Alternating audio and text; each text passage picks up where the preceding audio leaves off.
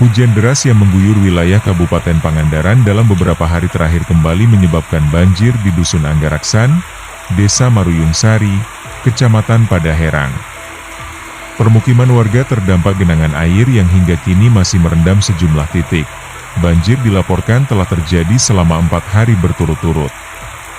Ketinggian air rata-rata berkisar antara 10 hingga 40 cm, meskipun di beberapa bagian tertentu air disebut sempat lebih tinggi, terutama di rumah-rumah yang berada di titik terendah.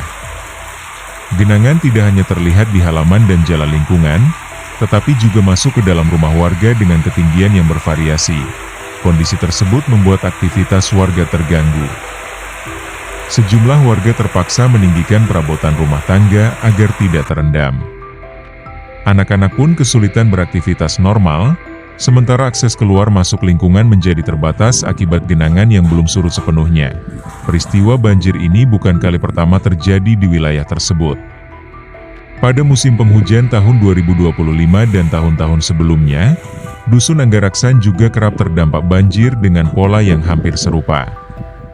Setiap musim hujan tiba, warga diliputi kekhawatiran akan potensi luapan air yang kembali merendam permukiman. Pemerintah daerah disebut telah melakukan sejumlah langkah penanganan, termasuk berkoordinasi dengan Balai Besar Wilayah Sungai, BBWS, Citandui untuk mencari solusi jangka panjang. Upaya tersebut diharapkan dapat mengurangi risiko banjir yang terus berulang setiap tahun. Kepala Dusun Anggaraksan, Kartin, menjelaskan bahwa peningkatan debit air sangat dipengaruhi oleh tingginya curah hujan di wilayah Priangan Timur.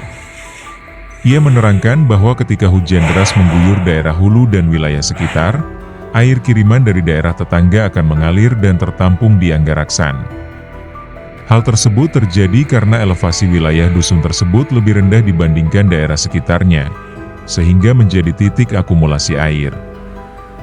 Kartin juga menyampaikan bahwa ada faktor lain yang memperparah kondisi banjir, yakni pembangunan tanggul di batas Desa Paledah dan Desa Maruyung Sari.